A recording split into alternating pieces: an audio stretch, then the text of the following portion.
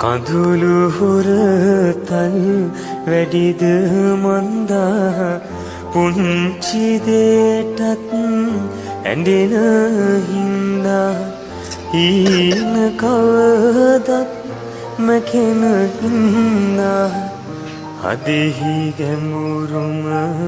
තැනෙක රන්දා කඳුළු දුක රහසේම වින්දා මලක මොල කැටි සුමුදු පෙති මත ලියූ සෙනෙහස රිදුම් දෙන සඳ බලාගෙන නෙත්